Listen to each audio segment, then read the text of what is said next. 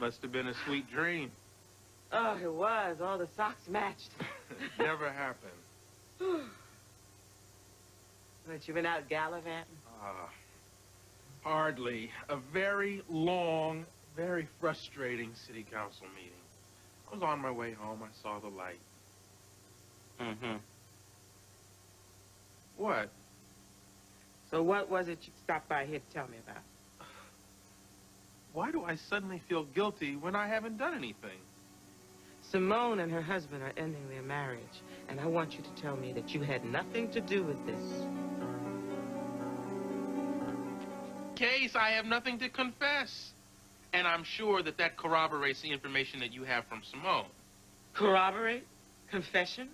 Stop being a lawyer. Stop being a judge. I'm being a grandmother. And take that coat off. Maybe some of that defensiveness will come off with it. Oh. Did Simone tell you that Tom was seeing another woman? Ah, yeah. It was his idea to go back to Chad. And why should Simone give up her career to follow him back to Africa? And for that matter, what about Tommy? What about it? Did he really consider what was best for that boy? Did he come home and become a full-time husband and father? No, he did not. So his son is confused. His wife is hurt. So if anybody in this town is not getting a good rest at night, it's Tom Hardy. You know, I'm seeing some righteous anger here. Yeah, aren't you angry? No, I'm worried about Simone. Well, so am I. Oh, I know that look. So just go on and say what you got to say. 2 words. Go slow. Granny Mae, that marriage has been headed down this road for a long time. Well, that may be so. But the decision to end it came so suddenly, they didn't have time to mourn it. They didn't have time to change their minds. Nobody's going to change their mind. You don't know that. There's a child to consider here. Exactly my point. They wouldn't have taken the step if they weren't sure. That may be so, but you don't undo a marriage that quickly. The ties that bind are wrapped pretty tight, and it's going to get much more complicated for Simone before it gets easier. And she'll need all the help and support she can get. Is that what you're going to offer her? Help and support? Granny Mae, I know that this is coming out of a lot of love for me and for Simone.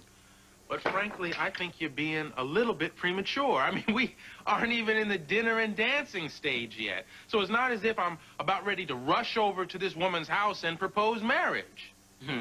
Oh, so, not only am I excluded from what is clearly a very juicy conversation, I don't even know who it is my cousin isn't planning to propose to tonight. Or do I? Listen, you enter here at your own peril. She's giving out advice to the lovelorn, and you, little bit, are a perfect candidate. No, you just want me to run interference. Why don't you just step back and let me show you how it's done? All right, Grandma, give it your best shot. How does it start again?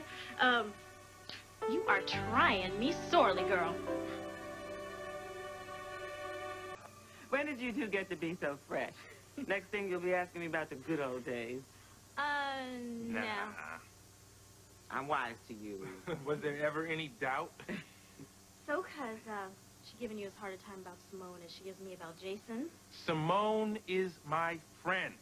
Yeah, and a pretty amazing woman. I, for one, approve. You don't know the half of it. Really?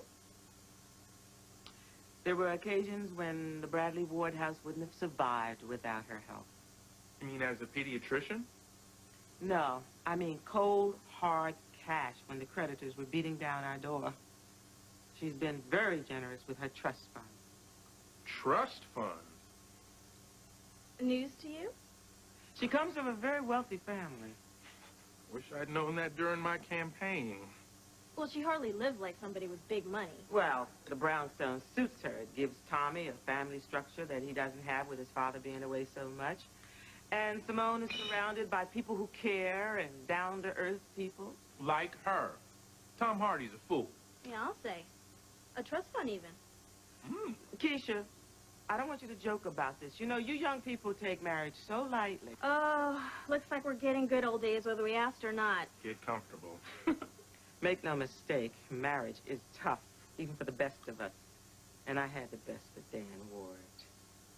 But we didn't expect perfection. And good days, bad days, we coped.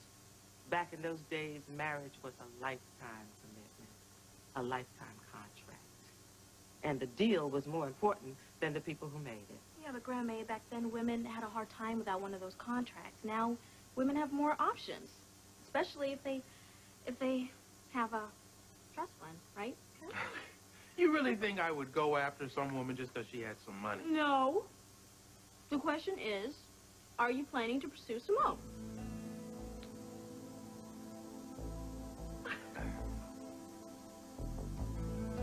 Granny Mae just delivered her lecture on caution, and you know the lecture. So why are you going to sit there and deliberately try to get me in hot water? All I did was I asked you if you're planning to pursue Simone. Right. Anyway, pursuit is not going to be necessary in this case. That has got to be the most arrogant thing I have ever heard out of you. We're just saying a lot. I must have given the wrong lecture. No, wait a minute. Don't misunderstand what I'm trying to say. Did we misunderstand, Grandma? No pursuit necessary, the man said. That's right. Because Simone and I have good reason to keep company. And she is a very direct woman. Lord knows you have no trouble saying what's on your mind. Well, that's right. So this thing will either happen naturally or it won't. Except it will. Why do I bother? His mama spoiled this boy.